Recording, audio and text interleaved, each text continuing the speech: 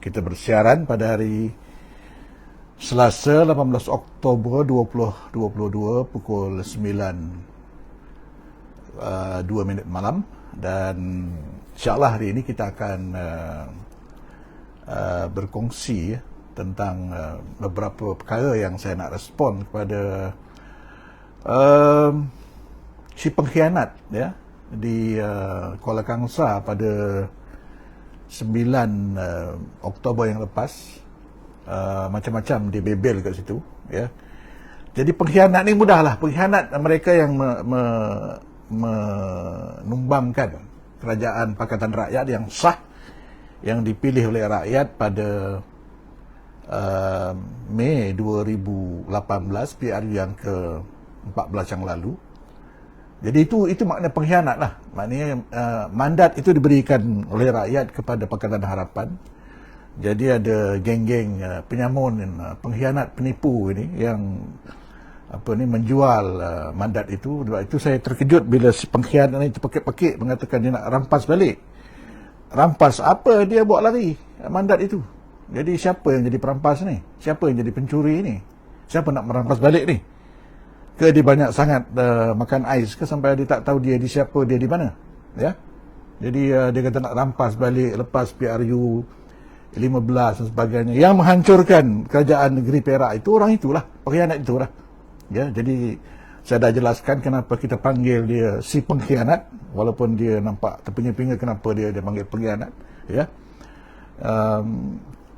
Sebagai nak mengingat semula apa yang berlaku, ya.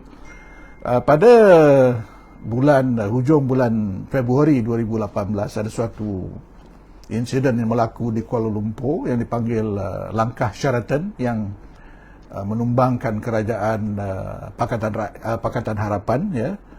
Dan tak lama selepas itu di Perak juga, ya, kerajaan pun tumbang oleh kerana si pengkhianat ni pun sebahagian daripada mereka yang terlibat di Kuala Lumpur itu. Jadi malam itu dia di Kuala Kangsar bersama dengan geng pengkhianat itulah, ya, dengan bapa pengkhianat, dengan abang pengkhianat, dengan parti tunggang Islam dan sebagainya lah, ya. Saya teringat apa yang disebut oleh Tan Sri Profesor Kamal Hassan tentang kemunafikan dan rasuah politik Melayu, ya. Jadi saya tak nak gelar siapa-siapa, cuma munafik ni ada 4 perkara, ya. Dia cakap bohong, mungkir janji, pecah amanah, dan kalau berbalah berlebih-lebihan. Jadi ini ciri munafik. Saya tak pernah kata si munafik ataupun si pengkhianat ini masuk neraka pun. Saya tak tahu mana dia dapat, ya.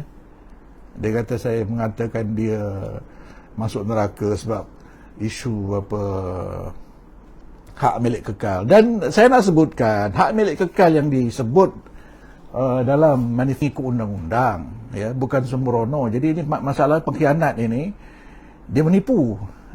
Sampai sekarang dia tak bagi tahu di mana dia dapat ijazah dia. Saya tak katakan nak jadi menteri besar ke nak jadi orang politik ini perlu ada degree ijazah PhD ke apa. Tinggal lagi jujurlah. Kalau tak ada, tak ada.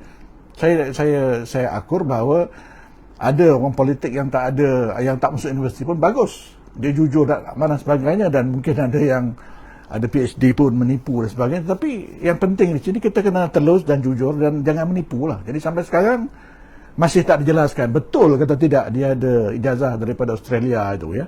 Jadi berbalik kepada soal hak milik kekal itu, mengikut undang-undang tak ada timbul soal 999 tahun yang ditanyakan kepada saya, ya. Semuanya mengikut ketetapan peruntukan dalam Kanun Tanah Negara 1965, ya. Satu. Yang keduanya, tak timbul nak soal rampas tanah Melayu ni. Si pengkhianat ni sibuk mempertahankan, kononnya bagi tahu dia sibuk nak mempertahankan tanah Melayu ni. Siapa nak rampas tanah Melayu, ya? Siapa nak ambil tanah Melayu? Tanah ataupun harta ni tak boleh diambil mengikut perlembagaan, ya. Baca perlembagaan ni, pengkhianat ni baca perlembagaan perkara 13. Kalau ada tanah, ya, kerajaan nak ambil tanah sesiapa itu perlu dibayar ganti rugi yang berpatutan, ya, yang selaras dengan nilai harga tanah itu. Perkara 13 dia tak boleh ambil saja tu. Jadi saya pun heran bila dia berkempen di Tanjung Piai, dia kata dia sibuk nak mempertahankan, nak menjaga tanah Rizab, tanah Melayu daripada saya kata siapa yang nak ambil ni, mana boleh dia ambil, dia bukan macam, tapi tak tahulah, mungkin dia berkepala ataupun otak penyamun ini, mungkin dia fikir begitu, tanah tak boleh ambil macam tu, harta tak, orang nak buat lebuh raya sebagai contoh, nak buat sekolah sebagai contoh, ambil tanah, kena gaya ganti rugi mengikut harga pasaran yang ditetapkan, ya, tak boleh ambil macam-macam tu. Jadi saya tak faham macam mana isu ini dimanipulasikan sehingga seolah-olah kita nak ambil tanah Rizab Melayu, dan kita sebut dalam manifesto itu bahawa hak milik kekal ini diberikan untuk orang Melayu, orang Cina, orang India, bukan ambil tanah Melayu bagi pada Cina. Tak timbul soal itu. Saya ingat saya ada mencabar Ketua Bangkang waktu itu, Datuk Sa'rani Muhammad, dia berdebat dan dia tak sambut langsung. Sebab dia antara orang yang memanipulasikan, memutabelitkan isu hak milik kekal yang tak ada kena-mengena nak merampas tanah Melayu pun. Cuma yang kita nak bagi adalah tanah yang telah pun diduduki oleh orang-orang Cina di kampung-kampung baru dan juga beberapa kampung India, dan sudah pasti orang Melayu juga akan diberikan hak milik kekal ataupun freehold title ini. Jadi tak timbul soal nak merampas dan sebagainya. Dan kalau si pengkhianat ni bercakap soal nak menjaga tanah Melayu daripada diambil orang, dia pun saya tak tahu dia dah makan banyak sangat ais ke, dia hisap cerut banyak sangat ataupun dia terlalu lama sangat duduk di karaoke. Mana tanah boleh diambil, dan satu-satunya kuasa di Malaysia, ya, ialah Menteri Besar dan Exco saja yang boleh curi tanah ini. Jadi kita pun nak tahu sebenarnya apa yang berlaku dengan penjualan tanah di Sri Iskandar itu yang dikatakan oleh Menteri Besar yang ada sekarang berlaku di zaman Pakatan Harapan. Tetapi saya tidak terlibat, walaupun saya duduk dalam Exco waktu itu, ya, saya tidak tahu dan tidak terlibat, dan kabarnya dilakukan ataupun berlaku di bawah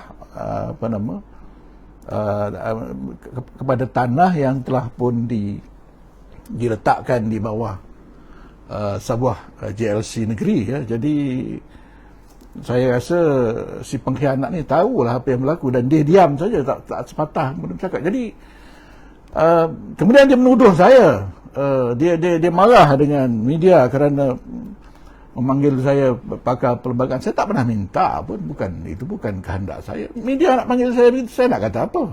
Jadi kalau si pengkhianat ini dengki, pergilah minta dengan media ataupun pergilah bagi pandangan, kalau media mau terima pandangan dia sebagai, ataupun diiktiraf sebagai pakar perlembagaan, ataupun ya mungkin diiktiraf sebagai pakar mekari ke, pakar joget ke, apa benda ke, yang dia rasa dia nak jadi pakar juga kan, macam mana kan.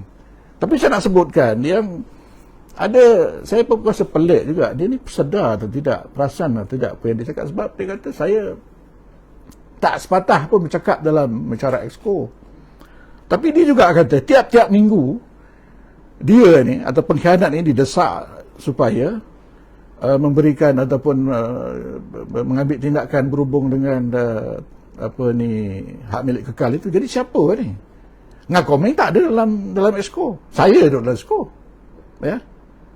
Jadi saya pun tak faham apa yang dimaksudkan di satu ketika dia mengatakan saya membisu, membatu, kemudian satu lagi kata saya mendesak. Benda satu yang betul ni, atau agaknya mungkin dia pun tak perasan, sebab ya maklum sajalah dia ni kan. Jadi saya dah jelaskan bahawa tidak timbul soal merampas tanah Melayu bagi pada Cina, ya, sebab tak boleh dibuat. Kalau ada pun, kalau buat pun, Menteri Besar mesti tahu, ya. Jadi bila tiba-tiba tanah tu hilang ataupun hak milik kekal tidak diberi pun, dan yang berlaku ialah tanah di lapangan terbang yang di Sri Iskandar yang dilaporkan dijual, itu siapa tu? Sebab Exco tak tahu, ya, dan dia pun tak cakap, ya. Okey, lepas tu isu isu saya kononnya menjatuhkan dia. Okey, saya nak jawab gini saja. Sebenarnya saya tidak pernah pun nak menjatuhkan dia, dan saya pernah beritahu dengan dia, saya pergi rumah dia, saya jumpa dengan dia 2 kali saya beritahu. Tak tahulah, mungkin dia tak perasan, sebab dia macam-macam dia hisap kan, jadi mungkin banyak sangat hisap cerut sampai dia tak dengar apa saya cakap kot. Saya kata, we are not here to bring you down, because if you go down, all of us will go down. 2 kali saya cakap dengan dia. Saya pergi rumah dia waktu itu, rumah Menteri Besar, sebab saya nak jumpa dia, dia pejabat, dia lagi-lagi. Lama-lama saya ambush di rumah dia, kebetulan hari itu, mak dia meninggal dunia. Jadi saya orang pertama sampai ziarah Maghrib itu, dan saya beritahu dia itu. Ya. Tapi dia makin takut, ya. Ini pun pelik juga. Dan saya nak sebutkan, saya dipesan ataupun diperingatkan oleh Setiausaha Agung DAP waktu itu, Saudara Lim Guan Eng, beritahu saya, dia kata, kamu kena pertahankan dan ikut Menteri Besar. Ya. Dan saya ikut cakap parti saya, tu saya kata begitu. Jadi bila wartawan tanya saya nak buat undi tak percaya, saya kata tak ada, tak timbul. Dan akhirnya seperti yang telah pun terjadi ialah, memang tak ada pun. Saya tidak, dari mula sampai habis, saya tak terfikir dan saya tak ada buat usaha nak buat undi tak percaya. Yang sudahnya, yang undi tak percayanya UMNO sendiri, yang bersama-sama dengan si pengkhianat ini menjatuhkan Kerajaan Pakatan Harapan. Dan orang yang selalu mengejek saya itulah orang yang bawa usul undi tak percaya di Dewan, yang menjatuhkan si pengkhianat ini. Nah, tapi nampak pada perimpunan di Kuala Kangsar tu, dia tak apa-apa nak marah sangat dengan UMNO, dia marah dengan saya lebih-lebih, padahal saya tak terlibat menjatuhkan dia. Ya.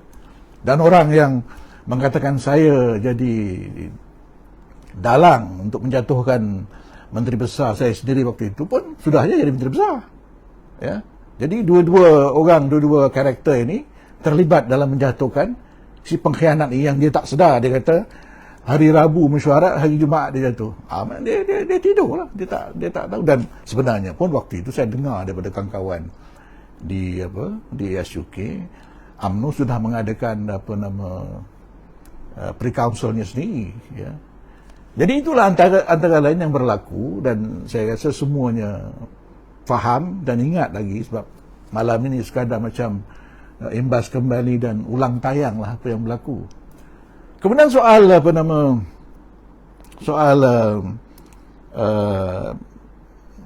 cerita-cerita kabar-kabar ini sebenarnya berlaku seperti ini. Saya nak sebutkan permulaan kepada perkara ini berlaku. Saya sendiri waktu ditanya oleh seorang rakyat lah, saya, sebab antara rutin yang saya buat ialah saya pergi ke surau-surau dan solat Maghrib, dan kalau ada masa saya tunggu di antara Maghrib dengan Isyak. Ya. Kadang-kadang kalau juga ada masa dan saya di sini, saya pergi solat subuh, ya, ke surau dan masjid. Jadi kebetulan pada suatu hari, tak lama selepas kerajaan itu ditubuhkan, rutin saya ke surau-surau, dan saya hari itu saya solat di sebuah surau Al-Ittihad di Kampung Temiang.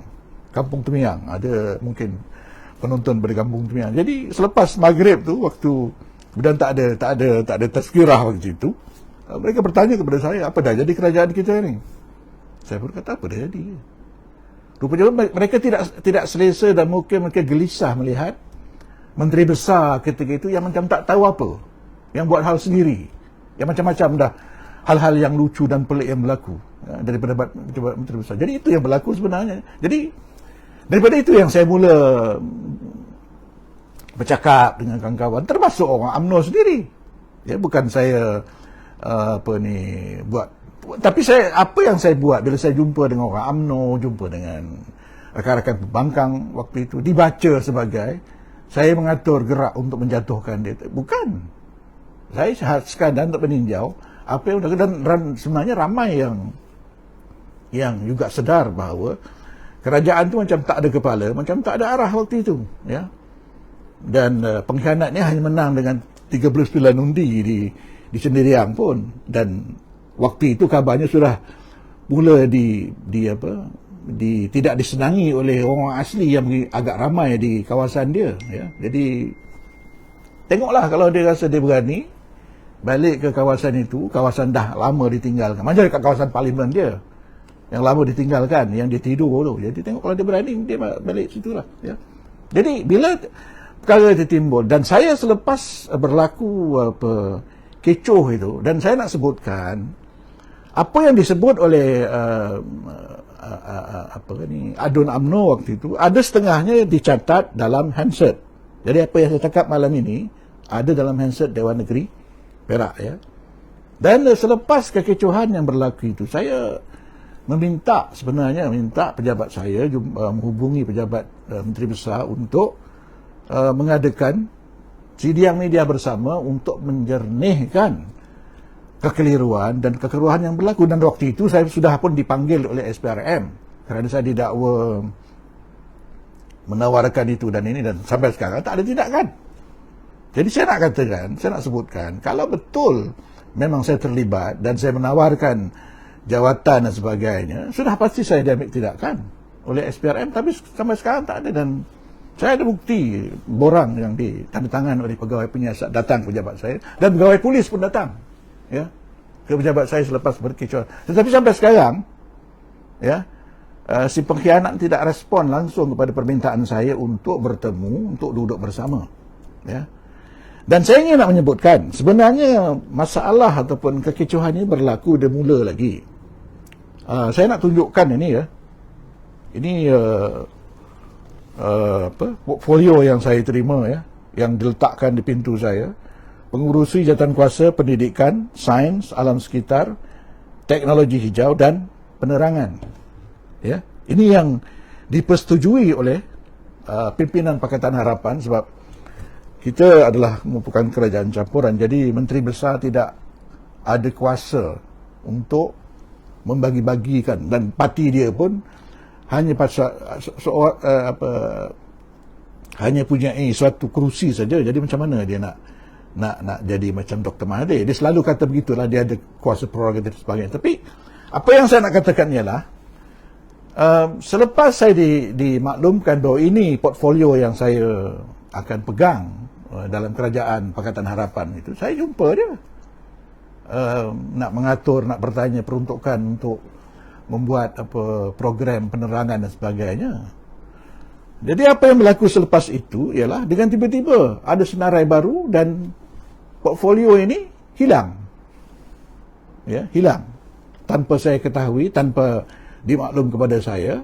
Dan saya yakin Menteri Besar yang buat kerja ini hilang, dan dan beberapa bulan selepas itu dia muncul balik, dipegang oleh pengkhianat daripada Titi Serong. Ya. Dalam masa yang sama juga, sebuah JLC, sebuah institusi kerajaan negeri yang biasanya diletakkan di bawah Esko Pendidikan, juga hilang, diberikan kepada seorang lagi tali barut pengkhianat ni lah, ya. Jadi di sini mungkin anda nak bertanya, apa sudah jadi, kan? Jadi ini yang berlaku dari awal lagi, sebelum timbul cerita soal saya nak menjatuhkan si pengkhianat ini. Dah banyak dia bully saya, ya. Pertamanya hanya tak sampai sebulan, mungkin saya rasa dalam 2 minggu selepas senarai Exco ni di portfolio itu dikeluarkan, dia hilang, ya. Jadi satu, yang keduanya, saya juga oleh kerana saya diberikan portfolio pendidikan, jadi saya menerima aduan tentang masalah yang berlaku di USAS waktu itu, iaitu Universiti Sultan Azlan Shah, dan kaki tangan dan juga pelajar bertemu dengan saya. Jadi oleh kerana saya prihatin dengan apa yang berlaku, dan kita Pakatan Harapan nak menyelesaikan masalah yang dihadapi oleh rakyat, jadi saya jumpa dengan saya tak dapat jumpa dia sebab dia memang tak mau jumpa saya. Jadi saya berjumpa dengan sesepolitik dia, Datuk Iskandar, ya. Saya katakan saya nak minta mandat daripada Menteri Besar untuk saya selesaikan dan saya tangani masalah pendidikan atau masalah di USAS. Sekali lagi sampai sekarang tak dijawab. Dan maknanya saya dihalang, saya tak dibenarkan untuk melakukan tugas, ya. Begitu juga apabila berlaku keracunan di Gerik, tak silap saya waktu itu, saya dihalang. Saya dimaklumkan, saya nak turun, saya nak tengok apa yang berlaku di Sungai Rubi, tak silap saya. Saya dimaklumkan saya tak dibenarkan dan Menteri Besar menubuhkan satu jawatan kuasa untuk menangani masalah itu. Itu dimaklum kepada saya oleh Datuk SS waktu itulah. Ya. Jadi saya memang disekat. Begitu juga dengan perlantikan pegawai pengarah pendidikan negeri. Saya dimaklumkan kebiasaannya zaman dahulu lah, zaman UMNO dahulu, Menteri Besar akan sama ada diberikan kepada Esko Pendidikan ataupun dia berbincang dengan Esko Pendidikan. Tetapi dalam soal ini, apabila pengarah pendidikan negeri Perak bersara waktu itu dan seorang pegawai baru nak dilantik, saya tidak dimaklumkan langsung. Dan akhirnya seorang pegawai sampai dan pegawai itu mengaku dia memang dipilih oleh si pengkhianat, dan lebih lucu lagi lepas itu si pegawai ini pun tak ngam juga dengan si pengkhianat. Jadi anda boleh tahu mengapa saya jadi dilema dalam mesyuarat Esko, sebab sudahlah portfolio saya kecil, ya. Esko pendidikan ni, portfolio pendidikan ni, oleh kerana pendidikan kalau segi perlembagaan ini nak bagi tahu si pengkhianat sebab dia bukan mengaji pun kan. Jadi kalau dalam perlembagaan kita baca pendidikan ni ialah suatu perkara yang diletakkan di bawah kerajaan persekutuan, ya. Hanya pendidikan Islam saja yang diletakkan di bawah kerajaan negeri, dan itu di bawah orang lain, bukan saya. Jadi sikit sajalah. Kemudian environment ataupun alam sekitar pun tak dibenarkan, dan portfolio penerangan dicuri oleh si pengkhianat ini kan. Mengatakan dia lah Menteri Besar dan dia berkuasa dan sebagainya, ya. Jadi itu yang berlaku. Dan selain daripada isu Universiti Sultan Azlan Shah itu, saya juga diaibkan secara terbuka dalam sambutan Hari Guru peringkat negeri pada 2019 tak silap saya. Ya. Guru-guru faham dan mereka merasa pelik apabila sepatutnya, kalau sebab kebetulan waktu sambutan beliau tidak dapat hadir oleh kerana ada masalah sedikit. Jadi kalau Menteri Besar tak dapat hadir, ya, maka sepatutnya Esko Pendidikan, tetapi diberikan kepada Esko lain, tali barut dia jugalah, ya. Jadi saudara boleh tahu apa yang berlaku sebenarnya. Jadi apa yang disebut tadi itu memang kebanyakannya bertentangan satu sama lain. Maknanya dia membebel di Kuala Kangsar, jadi dia mendedahkan, saya tak nak sebut kebodohan dia lah, maknanya mendedahkan bahawa dia tak faham apa yang berlaku. Dia cuba menyerang saya, tetapi dalam menyerang itu seluar dia yang terlondeh, ya. Jadi ini yang berlaku sebenarnya. Masalah usah tak selesai oleh kerana saya memang tak dibenarkan duduk di situ.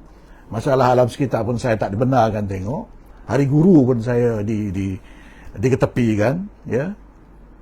Sampai guru-guru di Teluk Intan hari itu kebanyakannya senyum kambing yang tengok saya. Jadi inilah yang berlaku, tuan-tuan dan puan, ya.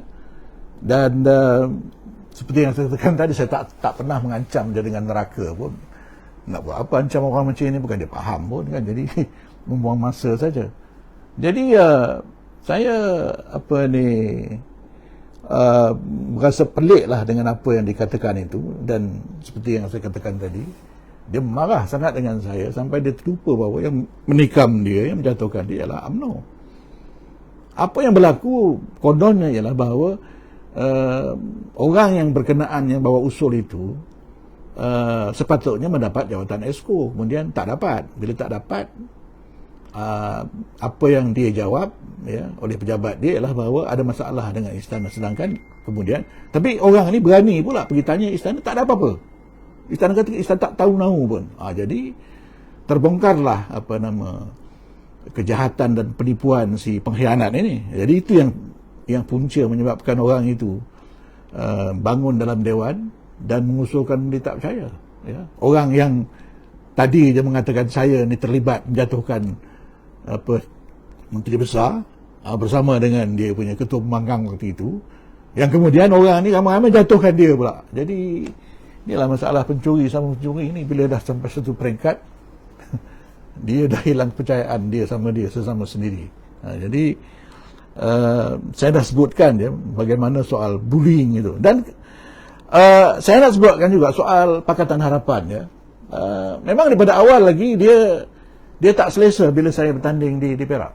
Ya, sebab memang berdakwa lagi dia mengatakan jawatan Menteri Besar tu dia yang punya, ya. Dan yang lebih lucu lagi bila ada saya dengar pada satu ketika dia tak dapat hadir, tak dapat datang mesyuarat oleh kerana traffic jam, sedangkan dia ada police outriders. Tak tahulah siapa yang berbohong. Ya. Jadi itu yang berlaku sebenarnya, apa yang dikatakan saya ni terlibat untuk menjatuhkan dia dan sebagainya. Jadi saya dah sebutkan saya tidak terlibat, saya tidak merancang, cuma saya terpaksa akur dengan rungutan dan juga keluh kesah rakyat yang melihat kerajaan waktu itu tak tentu hala. Ya. Sebab hari pertama lagi nak tukar kereta. Dan ini terbukti kemudian bila dia memimpin Perikatan Nasional, waktu rakyat menderita kelaparan, sakit dengan COVID-19, dia beli kereta baru. Ya, jadi inilah karakter yang nak merampas, yang nak menang balik kerajaan negeri. Jadi saya rasa saya tak payah komen lah. Anda sekalian, saudara dan saudari tahu apa yang kita patut buat dengan orang dengan karakter seperti ini. Ya, begitu juga ya. Kes ataupun isu penukaran susu kerajaan dengan yang berlaku hampir 24 jam barangkali, ya.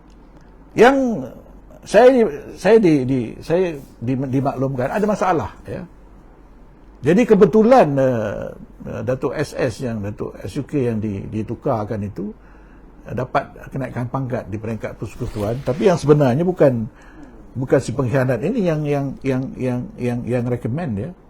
Sebenarnya dia ditukar oleh kerana kawan kita ni tak senang hati dengan pendekatan, dengan kebebasan, dengan integriti sesekerajaan yang ada pada waktu itu, ya. Jadi inilah antara lain apa yang berlaku dalam kerajaan waktu itu. Sebab itu kalau kita imbas kembali, berlaku penggondolan bukit yang dia pun tak jawab, ya. Dia tak berani jawab, ya. Isu balak tidak pernah dibincangkan dalam Exco, tetapi balak itu ada, jadi ada yang dapat, ada yang tak dapat, ya. Dan dibagi-bagikan di kalangan orang-orang tertentu sahaja, ya. Jadi itu yang menjadikan pentadbiran Pakatan Harapan jadi kelengkabut, ya. Tetapi kalau kita tengok apa yang diucapkan di Kuala Kangsar waktu itu, dia menyalahkan orang lain, ya. Dan secara umum boleh dikatakan bahawa berlaku divide and rule di kalangan Exco itu. Jadi apabila contohnya Exco lain diberikan portfolio tanpa diberi maklum kepada Exco yang pegang itu pun satu perkara. Kemudian apabila ada Exco lain yang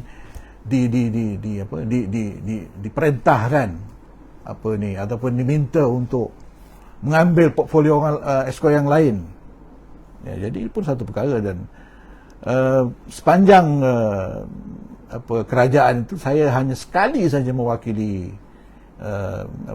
beliau ini waktu ada persidangan antarabangsa mula-mula, ya, yang dianjurkan oleh Universiti Sultan Azlan Shah. Jadi yang lain tidak ada, oleh kerana seperti yang saya dah ceritakan tadi, memang saya diketepikan dan dibuli oleh si pengkhianat ini. Jadi seperti yang saya katakan tadi, beberapa isu yang saya katakan ini memang disebut dalam handset, dan saya buat perkongsian ataupun FB Live ini hanya sekadar untuk menjelaskan sesuatu perkara yang diputar belit oleh beliau, ya. Dan sekarang ini memanglah kita terpaksa, ya, menyusun kembali sebagai contohnya Pakatan Harapan, oleh kerana sewaktu dia menjadi pengurusi memang dia sengaja tidak melakukan apa-apa, dan ini yang saya fikir menjadi sebab kenapa sekarang ini kita terpaksa menyusun kembali. Tetapi walaupun agak terlewat, tetapi kita yakin insya-Allah kita akan dapat berbuat sesuatu untuk memastikan bahawa mandat itu dapat dikembalikan kepada rakyat, dan sebab itu saya ingin nak menekankan malam ini supaya kita ingat perkara ini, ya. Jadi saya harap apa yang saya sebut malam ini dapat menjelaskan, ya, ucapan 20 minit sepengkhianat ini di Kuala Kangsar pada hari Maulid yang lepas itu, dan mudah-mudahan kita tidak terperangkap dengan penipuan dan juga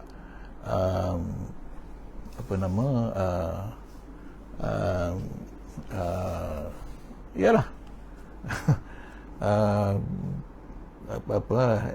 segala macam helah dan juga, ya, cerita karut yang dibawa oleh pakar mi kari ini. Jadi saya fikir itu sajalah, dan insya-Allah kita akan bertemu lagi, dan kita pun sudah menghampiri ataupun sudah hampir dengan pilihan raya. Esok lusa SPR akan mengadakan mesyuarat, dan kita yakin tarikh-tarikh yang penting akan dikeluarkan, iaitu penamaan calon, pengundian awal dan pengundian,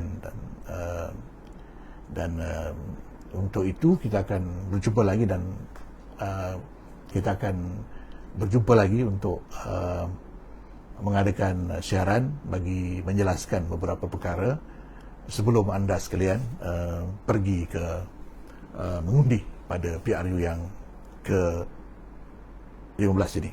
Jadi sekian saja, terima kasih, jumpa lagi. Assalamualaikum warahmatullahi wabarakatuh. Terima kasih.